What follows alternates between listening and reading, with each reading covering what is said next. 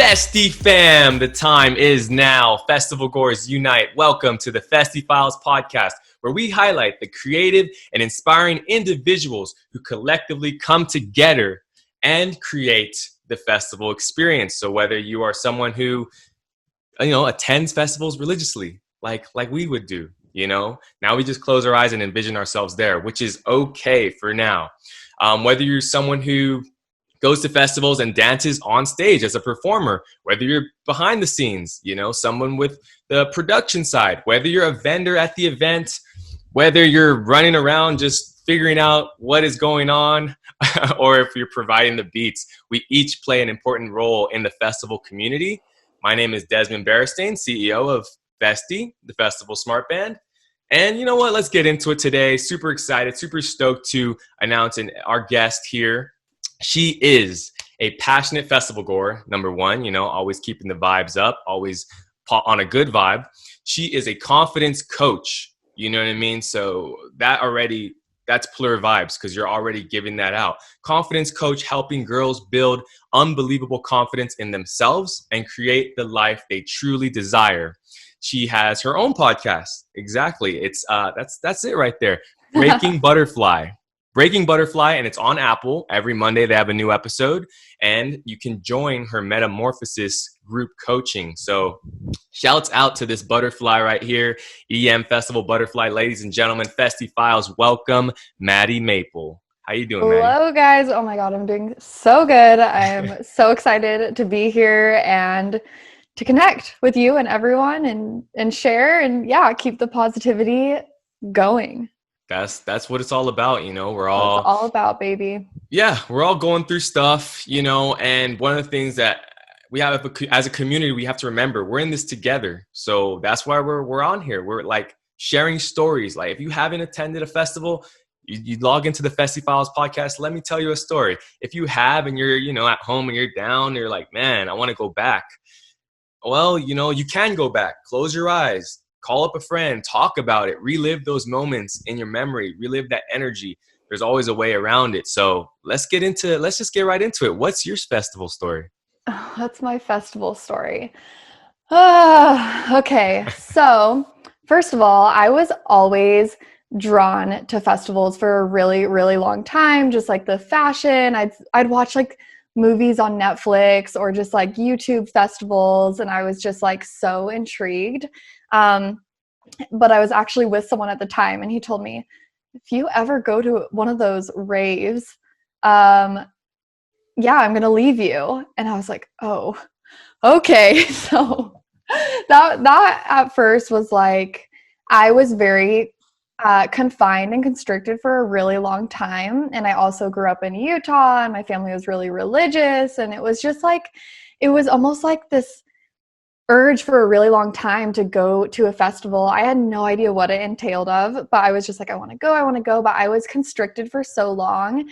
And that's kind of this whole butterfly thing, right? It's like I was in a cocoon for so long and couldn't truly be myself. And then I think it was 2017, I went to my first, obviously that relationship ended. I started finding myself and I went to my first festival, DOS Energy in Utah.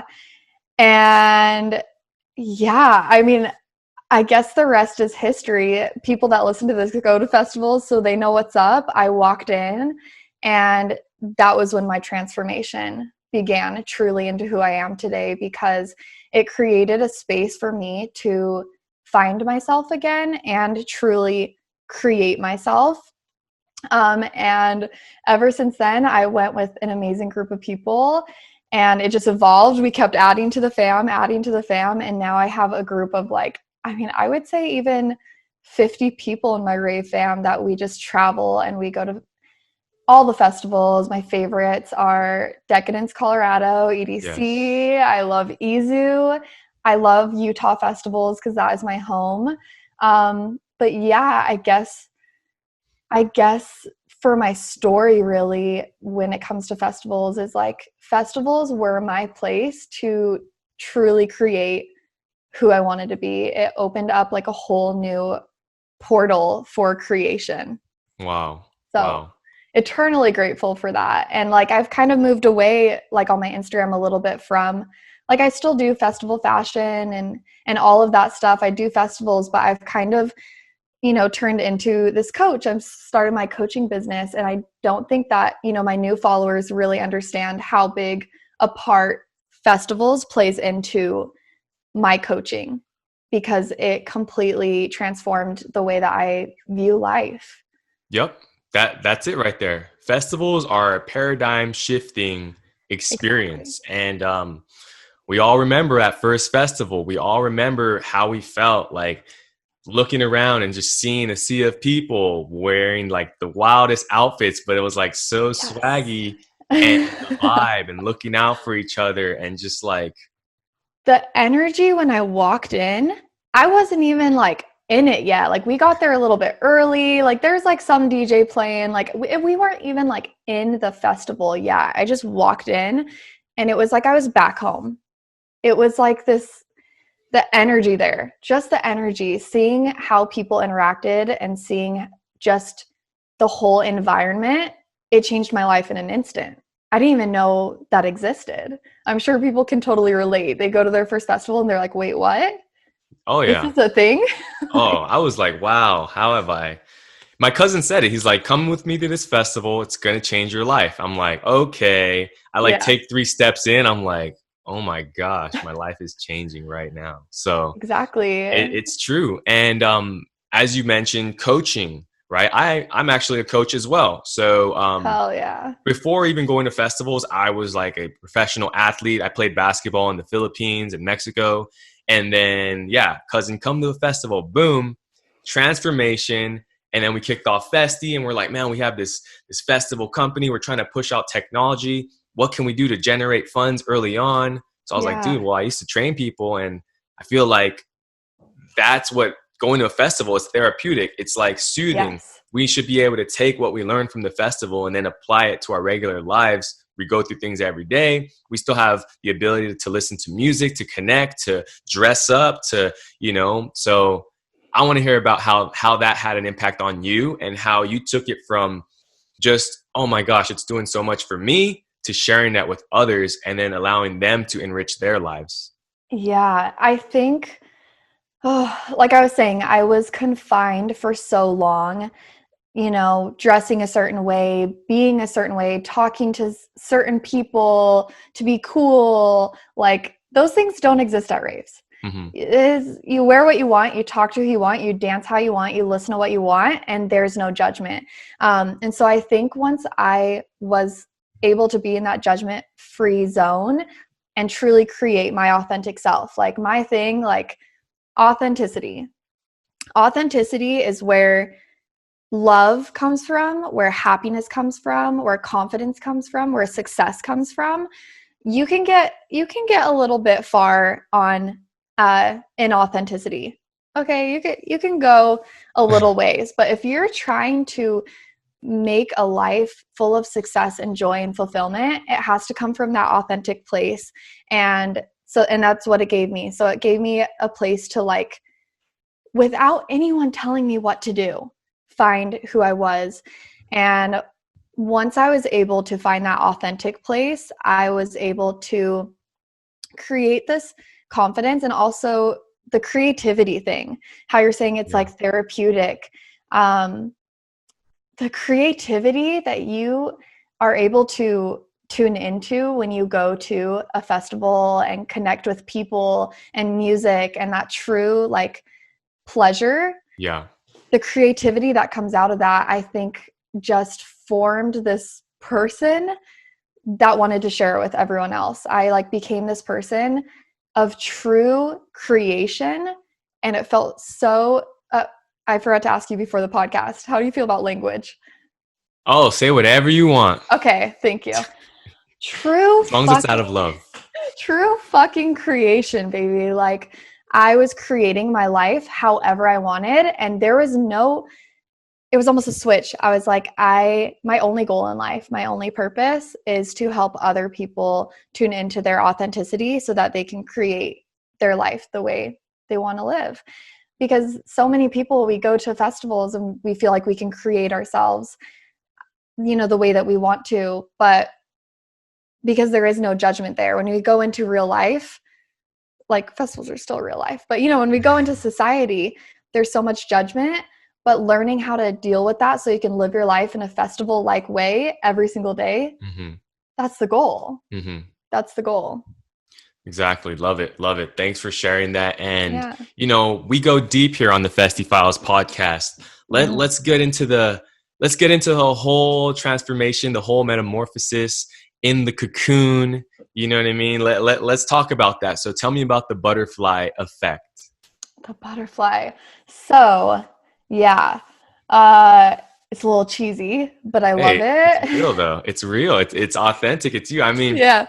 It makes sense. Everyone, we all go through transformations. We all go through phases, and you went through one, right? And festivals allowed that piece of you that has always existed to come to light, and exactly. I think that's what a lot of people are going to be inspired by, because it does the same thing for them. You know what I mean? So exactly. And what's so funny is more people relate to it than I thought would, because sometimes we get in our own bubbles and like we feel like we're the only ones going through that, and that's what's so amazing about podcasting and putting your voice out there, especially on social media, is that we do get to connect and see that we are all so similar and going through similar things. When I started sharing my story and about the butterfly, the messages I get about girls sending me their butterfly tattoos and them saying that their story is the same and they completely relate. It's so empowering. And I think that I was going to add something way earlier on in the podcast when we were talking about like being connected. And I just want to touch on that again about how impressed I am that the festival community connects in this way. Like just sharing our stories, even when there aren't festivals. No other community is doing this. No other community is doing live streams and connecting with the artists and connecting with each other. And we just, it just impresses me every single day. But so sharing my story has been very empowering because so many people do relate to the butterfly. We are always evolving. I worked at In-N-Out for 5 years, and that's kind of my story. That was the cocoon where, so I started going to festivals, festival fashion. Festival fashion is everything to me. That is where I feel my best and where I thrive. And then I would go home and I would get into my white uniform with my In-N-Out hat, hair up, can't have eyelashes, no glitter, obviously. No glitter? No glitter, no makeup, no colors. And I fucking love In-N-Out. It was the best job I could have ever worked for. But it was, I started to get these two super different worlds, the place where I was confined and then the place where I could wear anything. So I felt stuck there for a really long time, and I'd quit, and then I'd go back, and then I'd quit, and then I'd go back. And finally, as I started going to festivals more and more, and I started finding who I truly was, and I realized who I truly was this expressive being, especially in how I dress, how I look. And so, it got to the point where I was like, I have to fly. I have to fly. Yes. And so I quit In-N-Out, and you can't have tattoos when you work at In-N-Out. So that's when the whole butterfly tattoo happened, where if I got this tattoo, I couldn't go back to my cocoon. Yeah. It's like they won't hire you again. So that was my butterfly moment of okay, I love expressing myself. I learned that through festivals. That is an important part of who I am. And so I was like, this is it. And I got my tattoo, and obviously never gone back. Yeah. And that was kind of my transformation. Talk about the fashion. What is it? I'll start it off. I'm in my tie-dye phase right now, as most of us are. Yeah. Yes. But I'm like, anything tie-dye. I'll even got the little short. Oh my God, yes. We're not playing around, folks. We're out here vibing. I've been shopping for tie-dye. Yes. Like a matching tie-dye set. That's my next purchase. I So love what it. was it? Do you remember like the first few outfits, or what, what is your Festi fashion like? Because we call it Festi fashion. Tell us about your Festiie Festi fashion. fashion. Jeez. Yeah, I always had this thing growing up. I don't know if it's an ego thing. I think it's an ego thing where I always loved to wear something different. I always loved to stand out. I always loved to wear like what other people weren't wearing. If someone was wearing a trend at school, I'm like, how can I be the farthest from that and be the opposite? I always just loved like expressing myself in a way that like people were like, what is she wearing? I don't know why. Like I said, I think it's like I like attention or something. I don't know where it comes from, but just like it's really deep embedded in me to like want to stand out. Yeah. But I was never able to do that. Mhm. In school, even, I've been talking a lot with my clients about like how school has shaped us. School is like, can't wear this, you can't wear that. Mhm. And then it just like carries on and we just feel like we can't wear what we want. So yeah, and then going to festivals, I was like a little shocked at some of the things people were wearing when I first went. I was like, wait, Nothing. and no one's looking at them. Weird. It was, Yeah. yeah. Some of them, no, people can wear what they want, but some of them I was like, wait, what? Yep. Is this allowed? I love it. But my first outfits, oh my God, I did not know what I was doing. They were a little painful to look back at. I like glued some roses on a little top and wore a little flower crown like I was at Coachella at Okay. Doss. And then I found huge shout out to Shoppy Glitz and Tasteful Girls that I work with now. You work with Um, Tasteful Girls? Shouts out. Shouts yeah, out to Tasteful Girls. yeah, I saw it. That's one of the main reasons I was like, you messaged me. I'm like, oh, he's talked to my girl Tara. All Tara, what's right. up? Yep. Hi, She's Tara. awesome. Yeah. I love them. And those brands just spoke to me. And when I wear their clothes, it's like a whole new level of confidence. I'm all about being confident with your natural self as well. I think that's so important. But there's something about when you look good, you play good. And Hmm. when you feel fucking fire and you feel so good in clothes that are made by other festival goers, Yes. like that, it gives you a whole different level of energy. It up levels you. Yes. That's like also why candy's so cool, because it's Yeah. like someone made this and like gives it to you, it's Yes. like, whoa, it's like there's always another level when it's like handmade, or you can just feel soul in it, in the actual Exactly. clothing, and then you put it on, you're like, some people, they're calling it drip now, but it's just energy. It's that energy, and it It's charges you up. it's literal energy. Hmm. 100% it is. I haven't listened to the podcast yet with Tara, but I'm sure she talked about it a little bit and like the love that they put into their clothing. And same with Beaglets, Brandon, the way that he creates. I'm very about the slow fashion. I don't buy Hmm. from fast fashion brands, just like a personal preference, but it's because of the energy. Yeah. It's the candy, you can buy it on Etsy, sure. Hmm. Hmm. It doesn't give you that same level of like energy when someone makes something from their heart and you wear that, especially in that kind of setting. Yeah, there's nothing like it. There's Yeah. truly nothing like it. I just wear my rave clothes. I try and incorporate them like in my everyday life now. Oh 'Cause yeah, got to I got to have to. It's just a whole different level of authenticity for me. Yeah. And especially now, like that's exactly what I've been saying. We're at home, we're kind of trying to figure out what to do, but we can always tap into our creative side. And Yeah. if dressing up in your rave outfit and then working from home, like that's Yes. something you could do. Like that's a real thing now, and as you mentioned it, this community, we come up with solutions. Like we're one of the first for the live stream. Yeah. We're creating a couple other things we have in store to provide for others, to connect others within the community. Like the festivals, we Mhm. might not be at them physically, but the festival spirit Is is there. there. You know what I mean?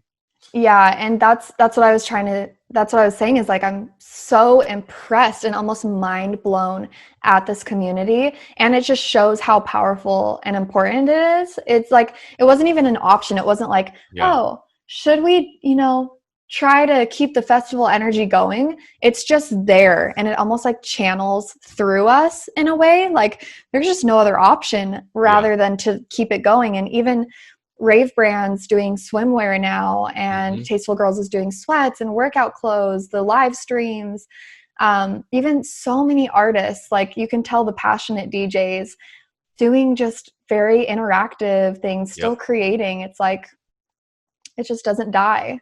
Yep. It's too So important. it's exactly, it's there, it's in us, it's within us. It's Exactly. why people go back to festivals. It's why 20 years later they're still like, hey, I still love this. It's why certain artists are still performing. Like, you I'm going to cannot. be old and be like in the VIP at a I'm gonna festival. have the coolest cane. Like, it's gonna be this light up cane, does Oh my little God. tricks. The next Exactly. day. Exactly. Like, I'm going to be that, like, that lady that's just like a little too old and she's like still wearing festival clothes. And you're like, wait, who is this old lady? I'll be like, all right, I see you, I see you. So, I can't um, stop. now bringing it back to the coaching, right? So you went Yeah. through this phase. Now you got the tat, you got the nose ring, you're the Yeah. same person. You're just allowing certain facets and areas of yourself to be visible, to breathe, to come to surface. And then confidence coach. You could have said, I'm a health coach, I'm a personal coach, I'm a Mm. life coach. Why confidence coach? And you know what's so funny about that is I've been exploring that for a while. So when you start coaching, they're like, you need a niche, right? A niche as in like a specific audience. And I kind of had mine. I had my girls, and I still do a lot of like, I was kind of like a mindset and manifestation coach at first, but then like confidence just like kept coming back. It's something that I'm really passionate about. I'm very, very passionate about the actual science behind our self-doubts and our limiting beliefs. Just we limit ourselves so much, and our thoughts work in a very particular way, and nobody knows how it actually works. So they let their thoughts run them, they identify with it, and they do stop themselves from like being confidently who they are because of this programming. Okay, guys, 95% of your actions are ran off of like your subconscious beliefs and thoughts. 95% of those, or some even say like 97%, were created before the age of 7. The age of 7. So pretty much we are running off of beliefs that were given to us so long ago that we don't even remember. And what people need to understand now is that you can choose if you want to keep believing those beliefs, and most people do. It's easier, it's safer. Yeah. Or you can choose to change those beliefs. And that is what just kept coming back in my coaching. And as I got more and more clients, it just kept coming back to this like confidence. And, there's 2 levels of confidence. There's the confidence in like your abilities and getting past those fears and those limiting beliefs. And then there's the confidence in like yourself and your body image. And that's another thing that I really, really struggled with while I was in my cocoon. I just almost didn't want to leave the house. I was almost like didn't want to be on this planet anymore because I hated my body so much. And it's the body dysmorphia. Like, my body looks the same now and I fucking love it. How does that happen? It's all in your mindset. Yep. So I think I just have a very personal connection to confidence and like what it's done for me now after I built the confidence in my body. And then I built confidence in my abilities and what I could do. And I really, truly learned how to use my mind to build confidence and know that I can do anything. Now I'm just so full force in the confidence movement because I believe that's the most important thing. If you don't have confidence in yourself, it stems to everything. It stems to your relationships, stems to making money, going to festivals. Did I already say it? Like getting jobs, school, like everything. It just, It's and it's so interesting. You mentioned that up to the age of 7, and even a little exercise we could do just to see like where we're at. You wake up in the morning and then you just start saying, all right, like how many thoughts that cross my mind are positive? How many of them are negative? How many of them are just like completely irrelevant? And then that's like step 1. You're gonna be like, wow, I can't believe I'm thinking about this. I'm telling myself this. Oh, you can't do this. You're this. Why is this person this? But then you hit a point where it's like, even if that's going, it's my, like, I don't have to listen to that voice. You Yes. know what I mean? Mm-hmm. That's the next step. It's like, and then making those transitions, as you mentioned, the cocoon is, or breaking out of the cocoon is learning to see, Self-awareness. like, creating that path, right? Of like, Exactly. yeah, Exactly. You're so spot on with the just noticing. You would be surprised at how far you can get by just paying attention to your thoughts, because they're just so on autopilot. And we actually have like close to 70,000 thoughts per day. So it's like just one after yeah, another. And you've been thinking them for like 20, 30 some odd years, some of the listeners. And like, you just don't even notice. You don't yeah, even notice. And even now with some of my clients, they'll be talking and I'll just interrupt them. I'm like, whoa. What did you just say? And I point out what they said and they're like, wow, I didn't even realize that I had that belief or that thought, because someone told them to believe that so long ago. It's so true to them. yeah. Nothing is true in this life.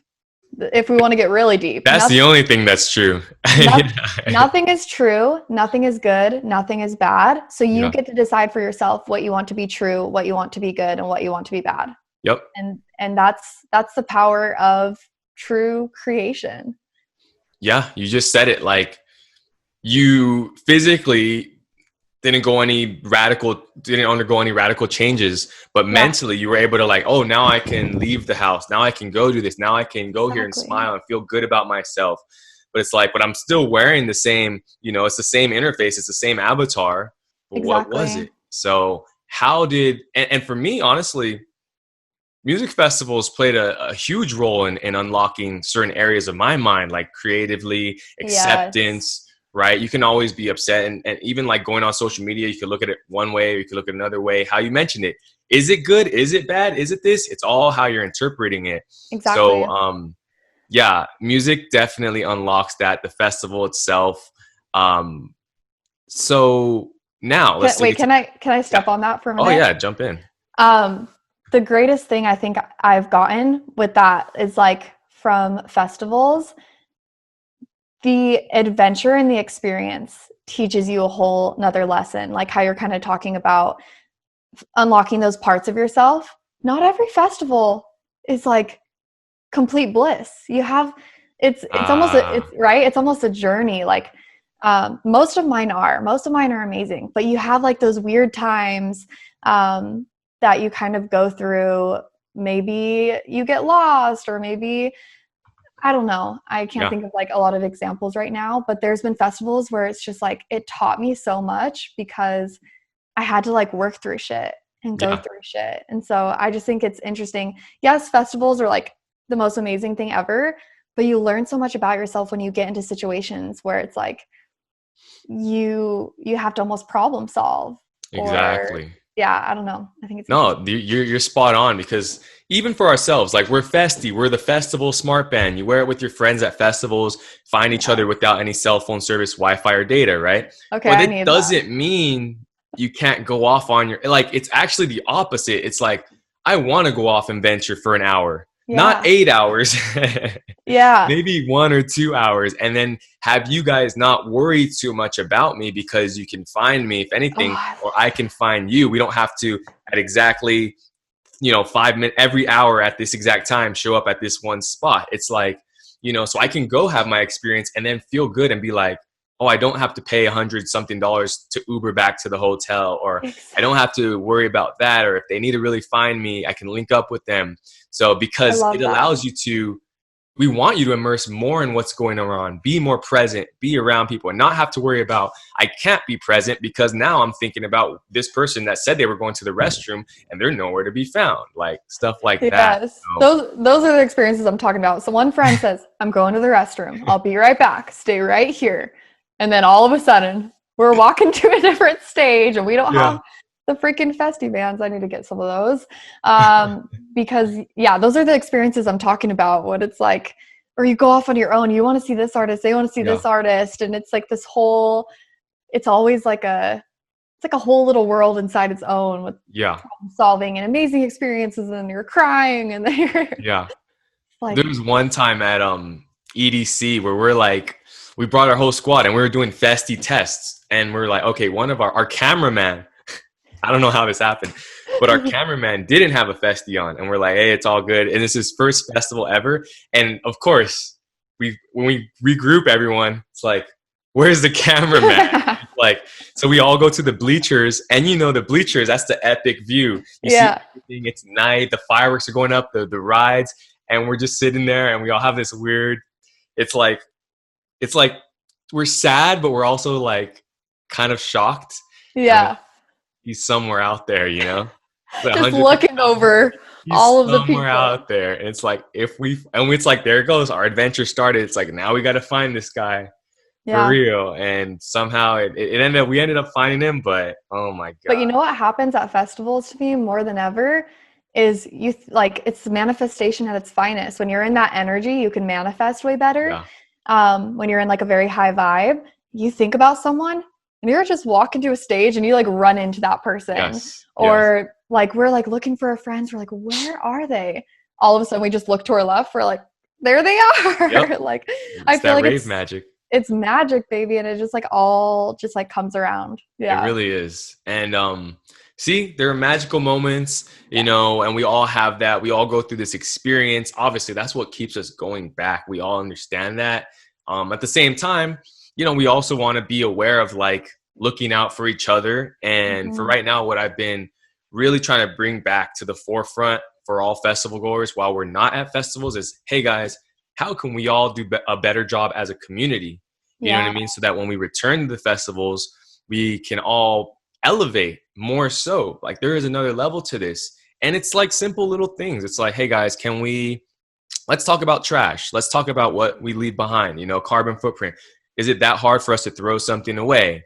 Let's talk about if we're going through crowds, just telling people, excuse me, sorry, little things like that. Like, just keep that, like, it's such a small thing, but the energy, right? You just said it. It's like the energy shift.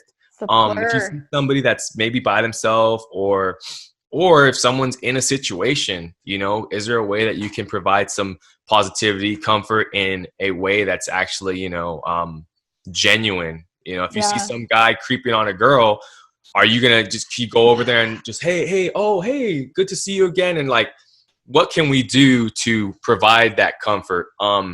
Actually, I want to ask you directly because, as a female and literally it says, helping girls build unbelievable confidence and create the life they truly desire.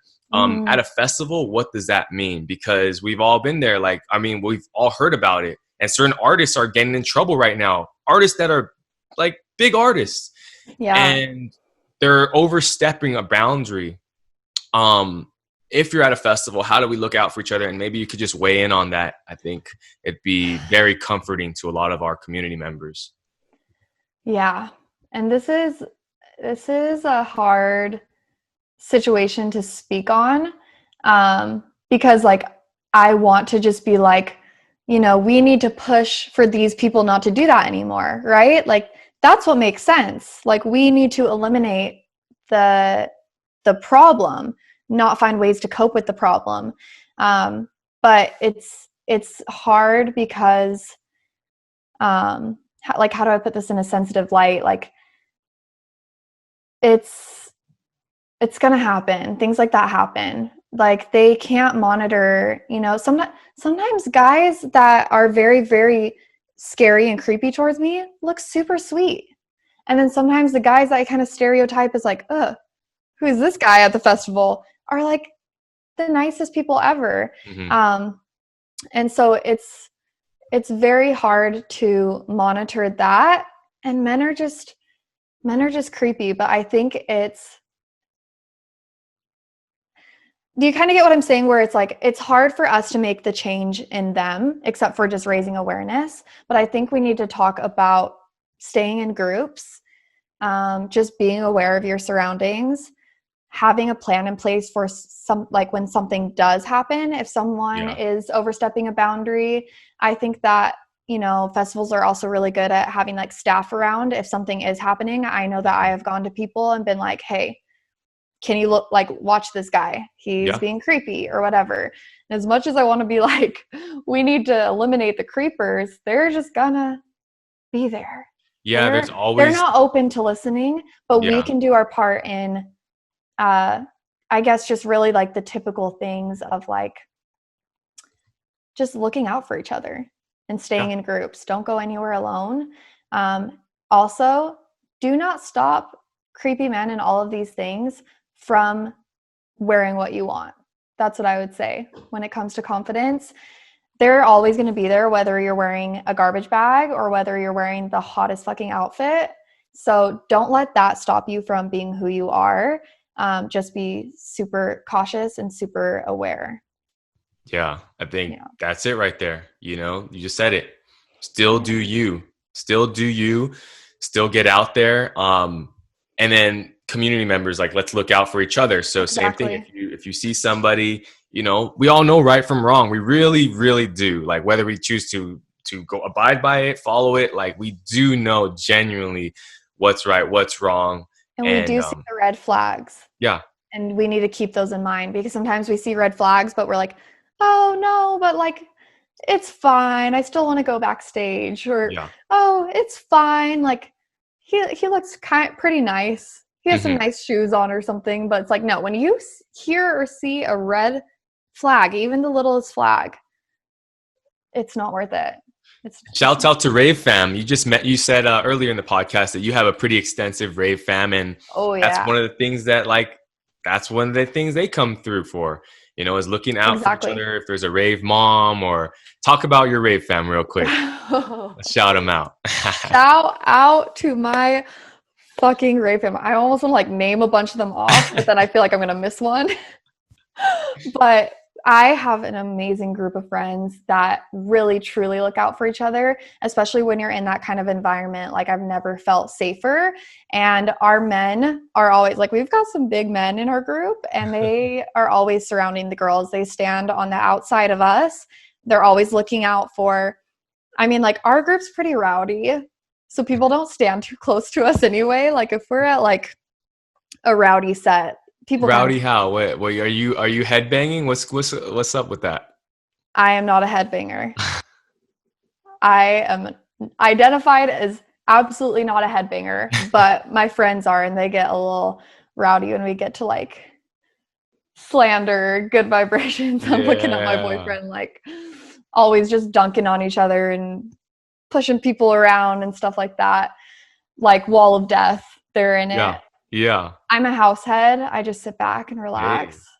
but but yeah, we have a big enough group that like we do kind of push people away, but when does get really close, our men make sure that they stay on the outsides and Hmm. protect us, and they're always looking out for us. And if anyone is looking at me creepy or anything weird is happening, I'm getting a weird vibe, I tell one of the boys right away. Yeah. Like, I tell my boyfriend right away, or I tell one of my other guy friends right away. I'm like, hey, this guy's creeping me out. We don't do Yeah. anything, but they just keep an eye on it. There you go. Yeah. Exactly. I like that part where you don't have to have an altercation now, right? No. Obviously, if the dude steps boundaries and like lays Yeah. a hand on you, that's a different story. And that's when the whole festival need to be like, all right, hold on, this guy right here, you got to go.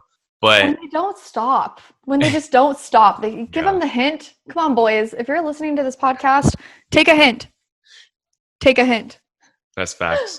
That's But facts. but yeah, sorry, continue what you were saying. No, you're right. It's like I've had multiple guests come on here and say just because a girl has on a very revealing or a seductive, sexy outfit doesn't mean like, oh, it's for me, like It's hall not pass. for Like you. yeah, it's You're the like it's last for person we're them. trying to look cute for. Yeah, you're Yeah. literally the last person I'm trying to look cute for. Ugh. But it's more that like I will literally be holding hands with my boyfriend and like hugging and kissing, and then some guy will come up and like be really pushy with me. And I'm like, Hmm. you not it's not like I'm like some single girl just walking around like open to receiving. Hmm. It's like these men that they don't even have like any respect. Mm. You know what I mean? Like you'll tell them, no, I'm not interested. Like, I hope you have an amazing night. And they just still keep coming Yeah. back or like trying to dance behind you. And Yeah. it's hard. It is hard, but I do think we can always do better. And I love that you are raising awareness around this and talking about those things so that we do go back into festivals even better. We But got I do, to. we have We to. got But to. I do think we do a pretty good job. Like, Yeah. we do a pretty good job of looking out for each other when you're in those like plur situations. Yeah, I was literally about to say that. Yeah. Yeah. I'll say that's plur right there, you know, peace, love, unity, respect, and what? Exactly. Responsibility, the second R. You know, there's a second R. Plur. Plur, like cat. Plur. But it's real, like that responsibility for all of us to look at the community as if it's our sanctuary, if it means that much to us, if it's changed our lives, then aren't we gonna do, you know, be responsible as well? You know, I get it. Like that's one thing that, you know, speaking to the older, the more experienced generation of festival goers and ravers from the early 90s and such, and then our generation, maybe the new generation, millennials, Gen Z, we all got, that's why we have to have these talks. It's like, guys, yes, going to festivals is a fun adventure, but it doesn't mean now I'm just going to get obliterated and not care about anything and not, you know, respect people and stuff like that. There is a way to do it where actually, you know, it's going to elevate your experience. You're going to have an even better time and connect with everybody there. It's not, I'm here on my own adventure. I'm here on an adventure that, and I'm part of this huge, large collective adventure. Yeah. What was I just going to say? Festivals, blur, responsibility. Yeah. Some people take advantage of the plur. They take true advantage because we say we welcome everybody and we take care of everybody. And then some people do take that as a opportunity to get super messed up or step boundaries and stuff because they're like, oh, but you said all are welcome here. And then they're like jumping into your group and getting messy and causing problems. And they almost take it too far. You do need to be responsible for yourself. And then if something does happen, of course, the community is there for you. But some people, I think, just like, they like see this like super kind community and this super amazing people that take care of others. And they're like, oh, I'm just going to go by myself and get messed up and then expect others to take care of me. And that's where it's like, that's kind of the line. Yeah. That's the line. Take care of yourself. Yeah, exactly. Fill your cup up first so you can fill to others. If you're not taking care of yourself first, we can't like take care of the community. And that's in life too. If you're not taking care of yourself, you can't give to others. Yeah. Facts. So let's get back into the festivals. Close your eyes. What set are you at right now? Oh, Shiba-san. Hey, she had that quick answer. All right, Shiba. I dig that. Or Lewis the Child. Word. Here for now. Live tour. Yeah. I like this. Yeah. What about you? Oh, me? Come on. I'm always at a Porter set. It's done deal, you know. Did you go to Second Sky? I didn't go to Second Sky. Tisk for me. But I've gone to at least, 13 or 14 of his events. Secret Sky, I downloaded that. I'm always listening to it, which was his virtual. That's my guy right there. So, hell yeah. You know, but I will say this, you know, another beautiful thing about festivals is you're at one stage and you're like, all right, I'm going to this stage. And while you're walking over there, you hear something, you hear a roar from the crowd and you're like, I was going here, but I have to just see real quick what is happening here. Then you end up discovering a new artist, a new vibe, and boom. That's how I found Shiba-san.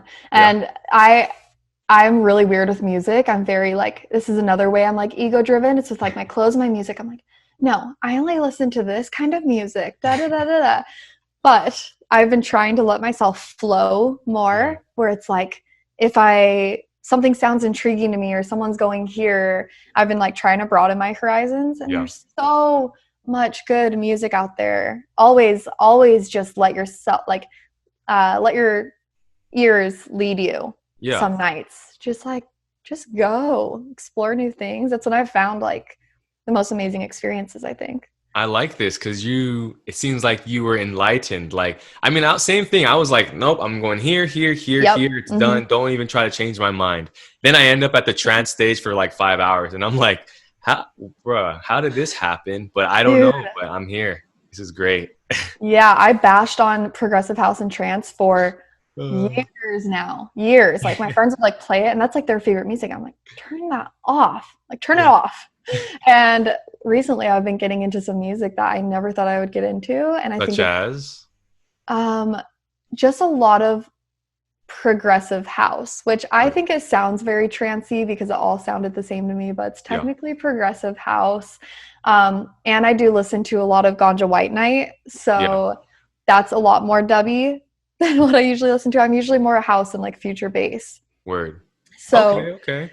so I'm a lot more chill, but I think that when you when you start to love it and when you're with a group of people that loves different music as well, it makes me love it even more. Like when I see my friends at a set, um, like I don't like Seven Lions, but my friends are like the biggest Lions fans, and now when I go with them, I start to enjoy his songs a little bit Mhm. more. I start to enjoy the set because I see my friends loving it so much, and you see how other people love it, and Yeah. it almost makes that connection, and like it gives you that feeling of being in that state, seeing all of your loved ones enjoy music that they love. Exactly. So then I kind of broaden my horizons and I try and listen to some stuff that my friends listen to that I usually wouldn't, because I'm like, well, if they love it, I gotta try Yeah. and love it because I just love it all. Exactly. That's a Yeah. good view. You know, of course, for me, I'm like, all right, but when G Jones comes on, I'm out of here. Like, guys, you're gonna see some stuff. It's all I love, but the next 50 minutes to an hour, I'm going to another planet. You know what I mean? Yeah. Like that Yes. too. But then after that, I'm down. We can go anywhere you want to go. I'm chilling. I'm gonna enjoy you enjoying it. So it's Oh that ebb yeah. and flow of like festivals. When Louis the Child is on, like we're literally like, don't talk to us. Like don't talk to me like 15 minutes before and 15 minutes after. I'm going through some shit. And yeah, that's pretty much it though. Any other time, if you have something to say to me, come say it. But if Yeah, you see me exactly. at a Louis the Child set, don't try and talk to me. That is hilarious, but so true. So Yeah. true. I love everyone, but yeah, don't catch me during one of those sets and then try to tell me your life story. I'm like, bro, any other time, but now, oh no. Exactly. It's like your favorite song's coming on, and this guy's like, let me give you this candy. And you're like, dude, Yeah, worst timing, worst. yeah. It's it happens, but so yeah, so cool. We've seen some of we've heard about some of your favorite artists. You've undergone this metamorphosis, and now you have the metamorphosis group coaching. So what's that about? Well, yeah, let's talk about that. Yes, I'm so grateful for you giving me this space to talk about it. That's amazing. So, Metamorphosis is my new group coaching program. It's going to be 12 weeks and it's with like a very intimate group on Zoom. And it's going to be diving really deep into finding your authentic self and becoming confident in that version of you. So, just a lot of deep diving into like who you are without the programming. Kind Mm, of like how in festivals there's no judgment, hmm. no judgment, no programming, kind of unlearning everything we've learned and coming into who we truly are, how to build confidence, because confidence is learned.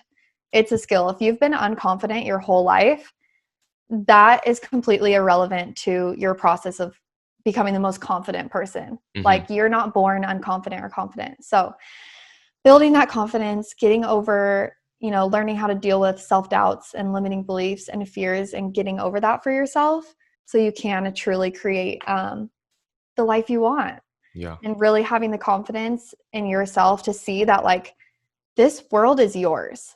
yeah, Your reality, it's like a fucking game. This life is a game.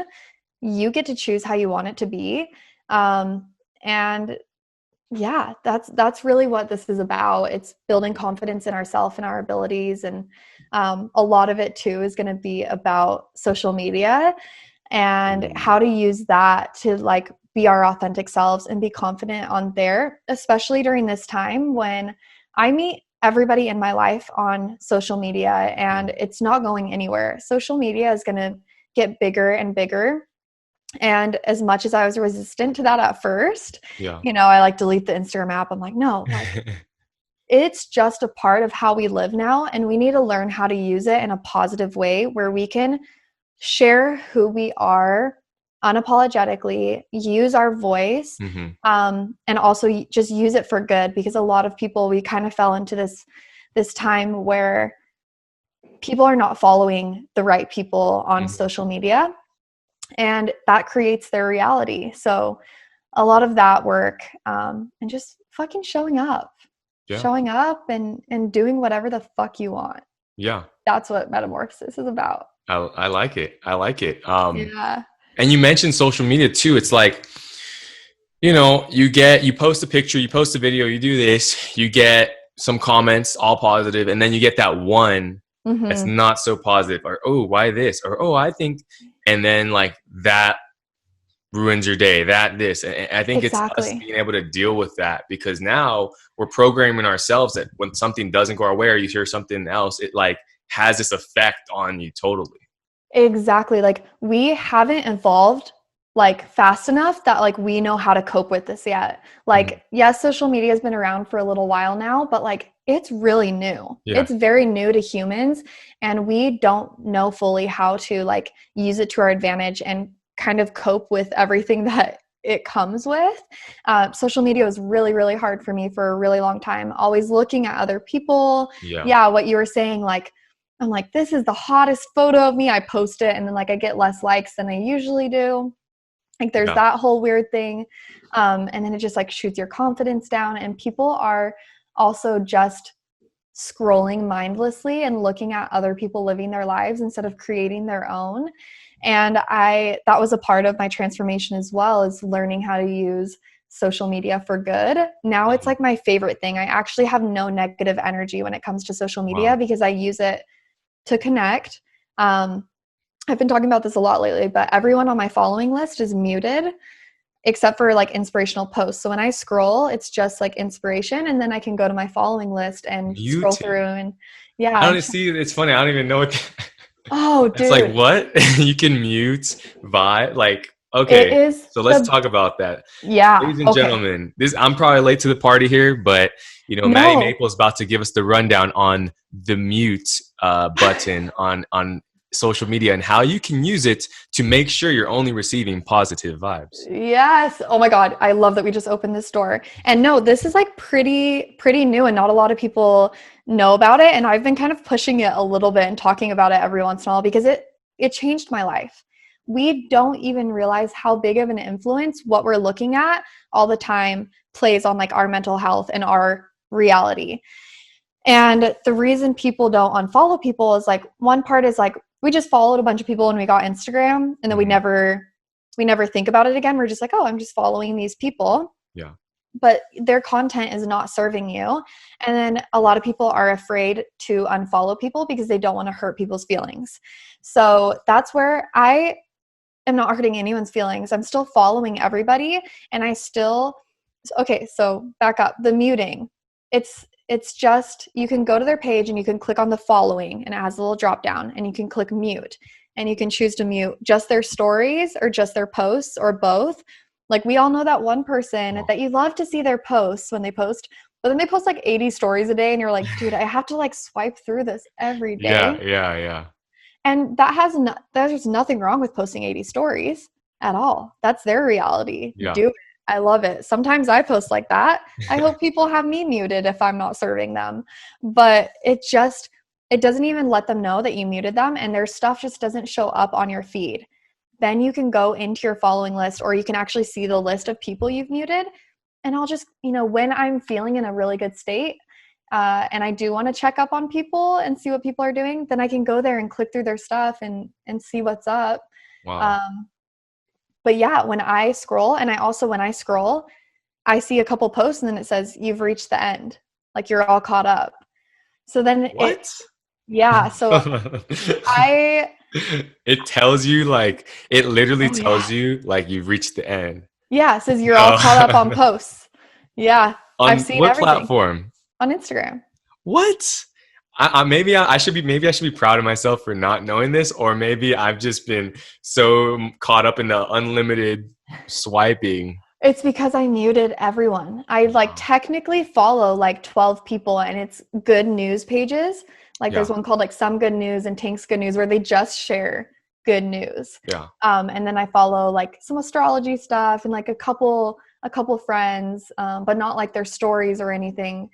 'Cause then you just get lost in, you're waiting for someone, or you're tired and you get in bed, or Yeah. like you're taking a shit. And of course, like you're sitting there for like 40 minutes. You don't need to be on there for Your 40 legs are getting all Yes. tingly. You're like, damn, I can't even get up now. And it's because you can't look away from your phone.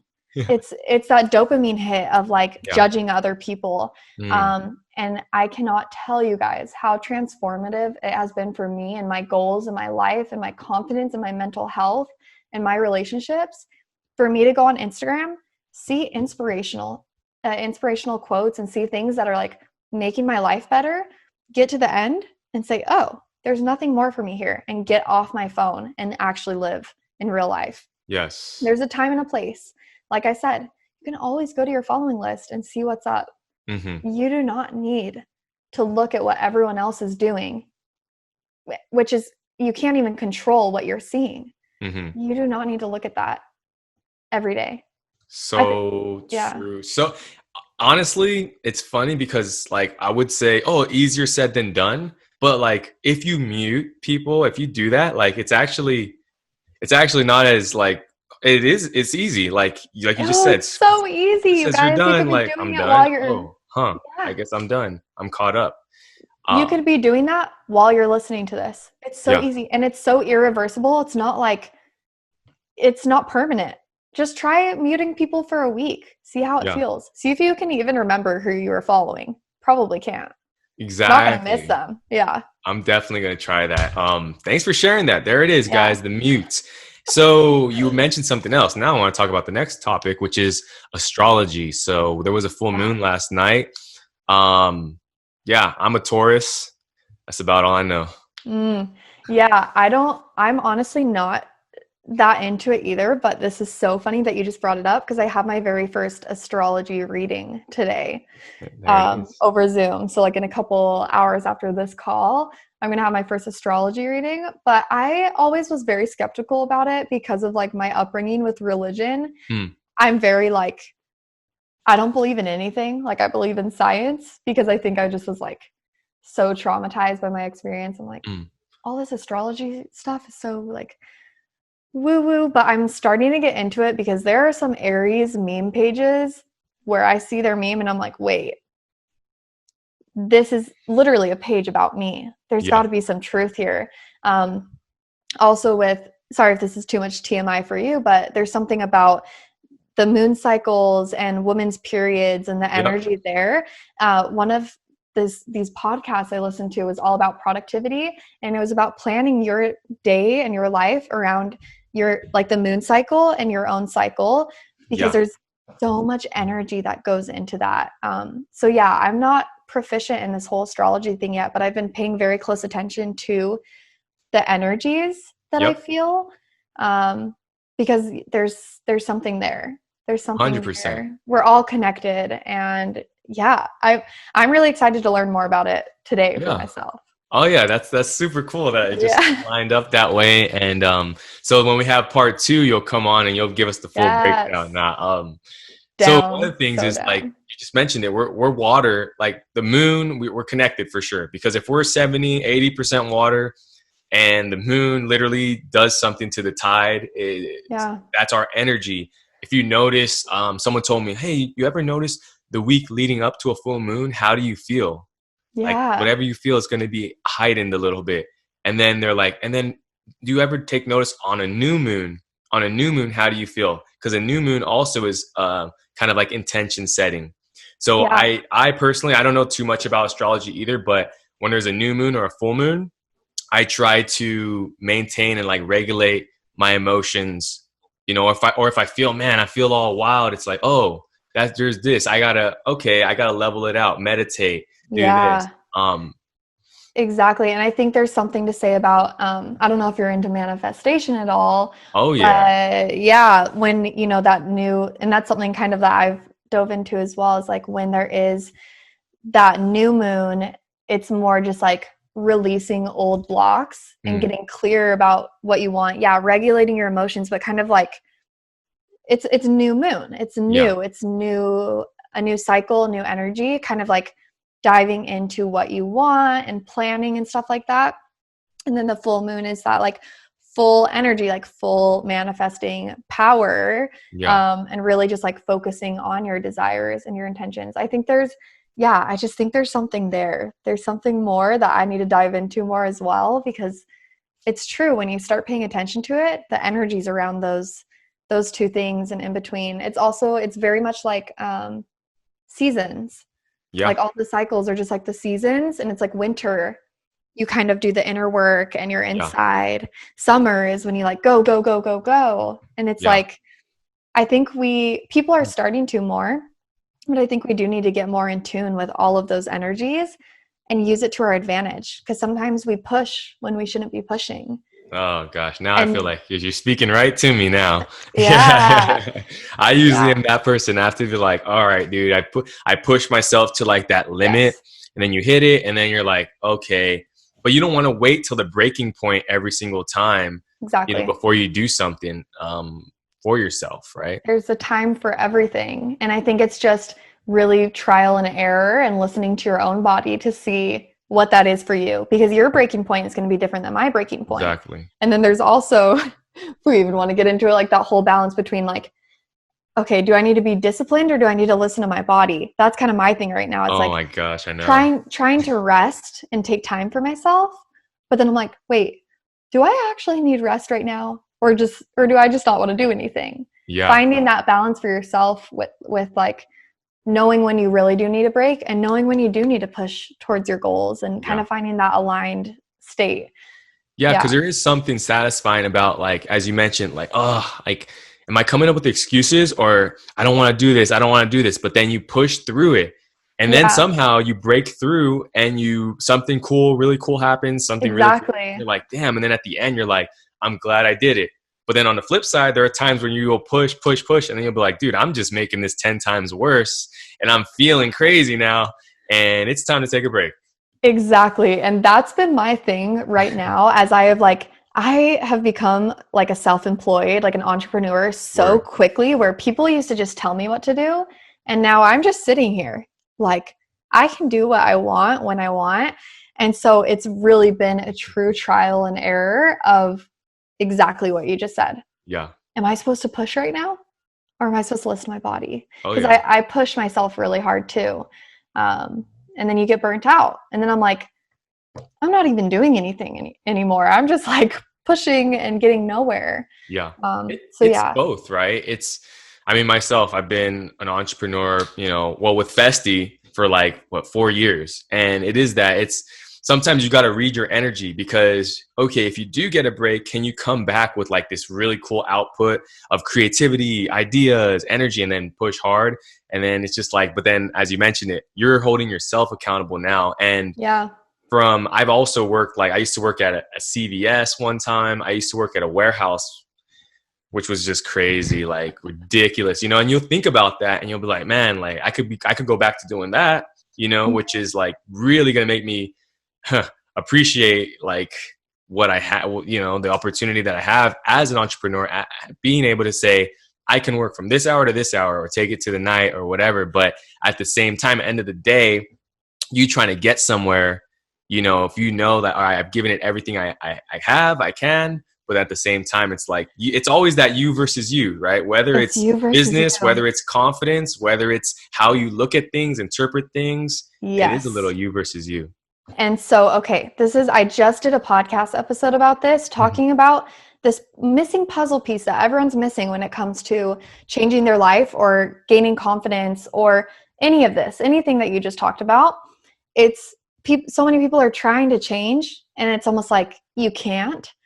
And it's because they're not actually committing to the transformation. And it's because if you commit to the transformation, if you commit to being an entrepreneur, if you commit to becoming a confident person, if you commit to, up-leveling your life, or becoming this kind of person, or doing this or that, or whatever up-level it is for you, if you commit to that and you don't have any excuses, you don't have a fail-safe, it's just you. Yeah. You fail, you fall flat on your face. There's nothing else to blame except for you. you versus you. When we have that fail safe of like, oh, well, I have to work this 9-to-5 job. I was born an unconfident person.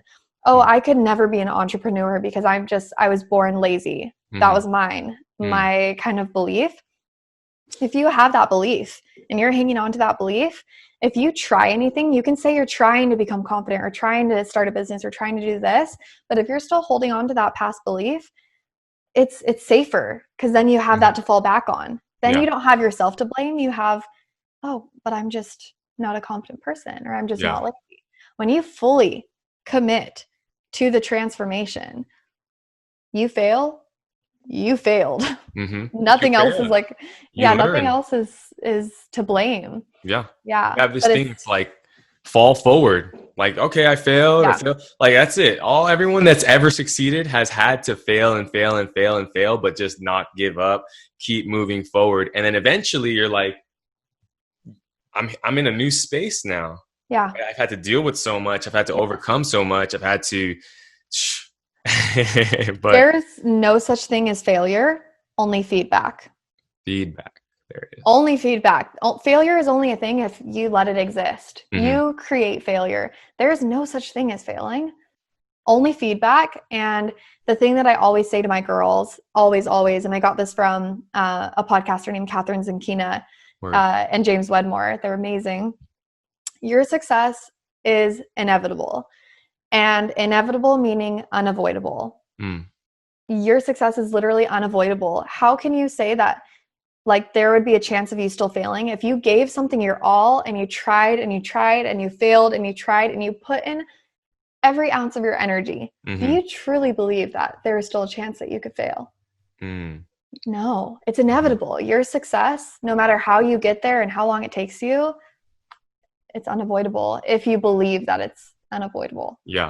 If you believe. If you believe. You got to. And firmly believe. You got to firmly believe, commit 100%. Like I always talk about that. Damn, what if I live my life at 99%? At the end, you're going to be like, damn, I left out every single day. I left out just a little bit, a little bit. And if I would have just put that little extra in, over time, it compounds and then you'll end up, it's a gap. And then you're like, wow, same thing. You just mentioned like limiting yourself.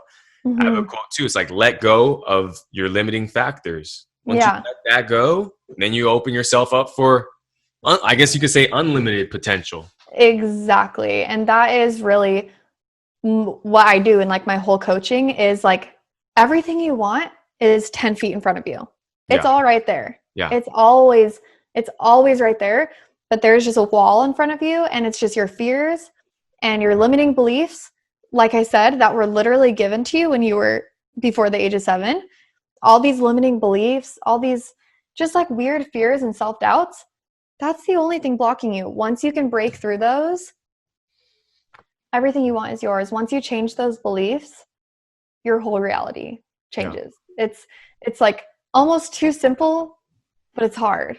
I was going to say, honestly, like you mentioned ego also, and like, oh, it's just all you got to do. But how many times have we been faced, like I'm still faced with it, where it's like your ego, he wants to say this, he wants to do it this way, but like down, you're like, man, but where's the growth at? Where's the growth? Oh my gosh, the growth is by telling that ego to be quiet and do this whole thing that even, it might even make you feel this weird feeling, like this fuzzy feeling, but you're like, dude, that's growth. Like, what is it's growth, man.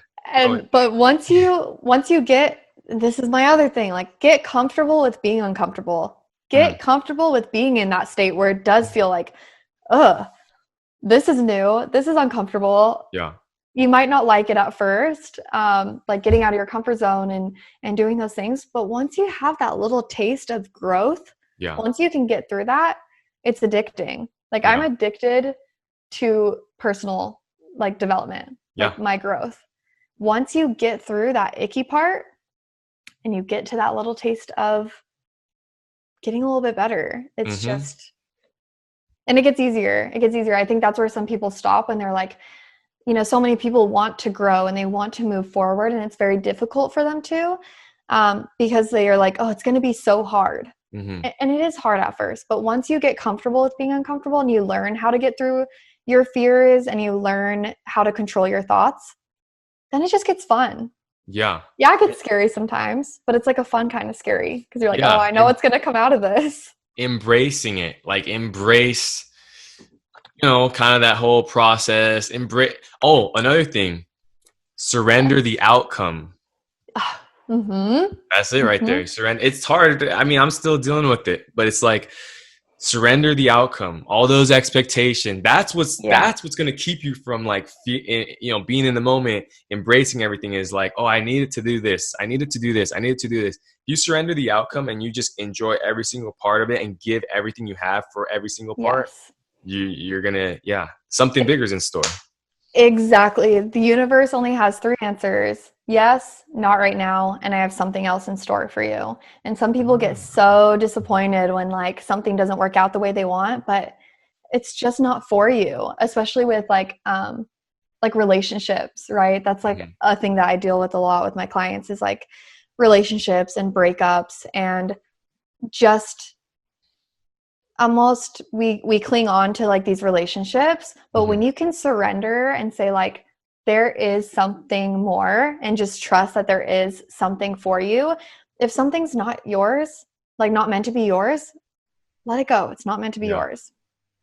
Everything is working in divine timing, and everything that is meant to be yours will be yours. And yeah, it's hard to trust that sometimes. You're right. But when you do, exactly.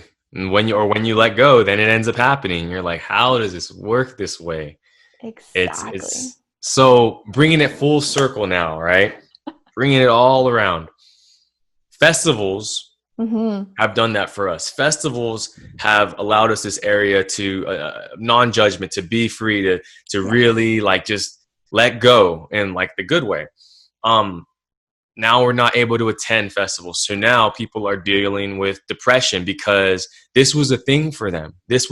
I work hard. I put myself through all this stuff, but then I get to decompress because I can go to a festival, not only for myself, but then I get to hang out with my friends, rekindle with them, meet new people, dress up wild and have people applaud me for it, have people feel good off of my energy. Now that's kind of, quote unquote, been taken away on the physical level. How do we move past that? I mean, obviously you mentioned all the things, the creative ways, but what have you seen or just on a mental level, I'm depressed now because I can't go to festivals, right? And they haven't said when the next festival is. It might even be a year from now. How do I move past that? Yeah. So, I mean, when we desire something, sometimes there's a hidden desire in there. Like, for example, someone might manifest like a boyfriend, but really they want safety and security and validation from someone. So in that aspect, like when we think about festivals, like there's two parts of it. There's one part where it's like, can anything really live up to a festival? The feeling you get at a festival. Yeah. And so on that level, on the level of like, festivals are a whole nother level. I've been thinking of this time as another cocoon. This is my cocoon to like make more money, get even hotter, like get my body in check, like prepare myself, like work on my dancing. Like I kind of want to learn how to shuffle. I don't know. I have some blocks there, but like for people who shuffle, you take this time to get like really fucking good, and then you're going to go back to the festivals and we're all going to like break out of our cocoon, right? Yes. Working on like a business or something like that, so that the next time, like my plan is like the next time a festival comes around, I want to have so much money saved up that I can splurge on any outfit I want, any Airbnb, anything. Like I want to go all out. Like use this as your time to prepare and like look forward to that next time. Like make a bunch of candy if that's your thing. If you're a DJ, like put your whole heart into that right now. Just it's like almost like this cocoon. And then when we get to the festivals, I feel like we're going to come back like bigger and better than ever. And that's my plan. I'm going to come back with like better outfits, better energy, like all of that stuff. So on that level, there's that. But going back to the whole thing, that random tidbit about a boyfriend, and now like when you manifest that, you really just want love, safety, and connection. So when we think about festivals, what are we receiving as like, innate human beings that have needs? What are we receiving from that? Okay. We're receiving belonging. That's the big one. We feel like we belong somewhere.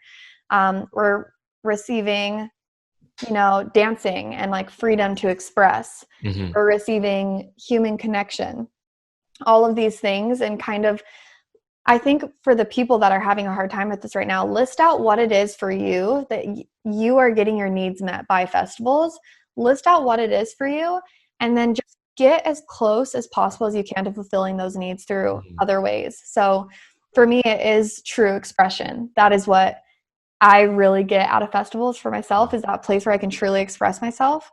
How can I do that as much as possible now?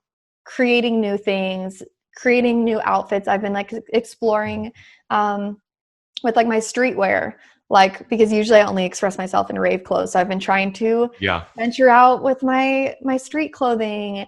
And then like human connection. I'm on Zoom all day, just trying to connect with people, right? So all these needs that we have, just seeing how we can fulfill them in other ways. Because that's really, humans need 3 things: love, safety, and belonging. And that's it. We honestly receive all 3 of those from festivals. So it's just, how can we get those same feelings in our day-to-day life? And what you're doing right now, staying connected, listening to podcasts, like listening to this, if you're listening to this, that's a great way, because you are getting that human connection and that energy. And finding groups of people on the internet that you can connect to. And I think that's all you can really do right now. And just prepare. That was get lovely. Hot. And she really said, hot. Get hot. She's like, I'm going to get hotter. But, you're right. Like, that could be something you want to do, and be prepared, right? It's not snap my fingers hotter. It's okay, I'm going to work out. I'm a natural kind of guy. So the way I look at it is like, all right, I'm going to actually put the work in. I'm going to work on these abs. I'm going to work on this. I'm going to tone up. I'm going to eat right. I'm going to, do things that are going to provide that value, like you said, ultimately down the line when we go back to festivals. Because look, she just said it, folks. This is cocoon season. So when we go back, it's butterfly season. Yes. It's butterfly season. The next festival season, whether it's 2022, 2021 summer, is butterfly season. Like, yes. And I hope this motivates people, this little conversation right here, to be like, oh shit, I'm going to show up. Like the next festival, I'm going to show up and like show the person that I've transformed into. Yes. Like it's going to feel so fucking good for you to work on yourself and then be able to like bring that person into a new festival and just show up as that person. Like it's going to be good. And you just said it like that. If there's even one takeaway from this podcast, it's like, write down what festivals, what you said, what they bring to you, what is lacking, and then find out, how can I feel that? Because that's self-development, that's self-work. It's not, something that just instantly you snap your fingers and it happens, but that's learning about yourself. That's getting in tune with yourself, building your own relationship. And, festivals are a reflection of that. It exists within you. You know what I mean? Festivals is the portal to that other area of yourself. Exactly. So this has been great. We're definitely have to do a part 2 soon. Yes. If you're inspired by this, where can we find you? What are your, social media handles, maybe website, and even like the podcast itself? We want to stay connected and just say thanks. So how can we do that? Yeah, thank you so much. I appreciate this. So I'm mostly on Instagram. Actually, I'm only on Instagram. Madi Maple, Madi, maple like the syrup. And and then my podcast is Breaking Butterfly, and it's on iTunes and Spotify. And I think those are the 2 places you can find me. My DMs are always open. I love connecting. Reach out to me. Awesome. There it is. Well, Madi, you are #Festiie fam. Yes. For life. You're here. You came and visited. You spread positivity. I mean, that's all we ask for, and you shared your story. Super inspiring, opening up, the confidence is booming. And, you know, the cool part about it is you just said it. I wasn't like this like before. Like it was there, but I just, you know, and you took the steps necessary. So everyone, while you're at home, this is an opportunity. Everything, you can look at everything as an opportunity. This is an opportunity to take those steps, to deal with ourselves, to ask certain questions, to do the work. It's okay to shed a tear. It's okay to feel a certain way, be upset for a while, but then after, bring it back and then say, okay, but what am I going to do to make that, you know, take a step in that positive direction, right? So yes, and that's the committing thing. Commit to it. This is your cocoon. I know this is a fearful time, but this is a time to, you know, look inwards and really make a change, and commit to yourself and do the work. I promise you, anything is possible. This reality is yours. And this is a perfect time to learn how to unlock your power of creation. So, Boomtown. All right. My name is Desmond Beristain, CEO of Festiie. Thank you to our guest, Madi Maple. Follow her. Thank you so much. Send her the vibes, you know what I mean? Listen to her podcast. It's all about supporting each other. It's all about that peace, love, unity, and respect. Festiie Files signing out.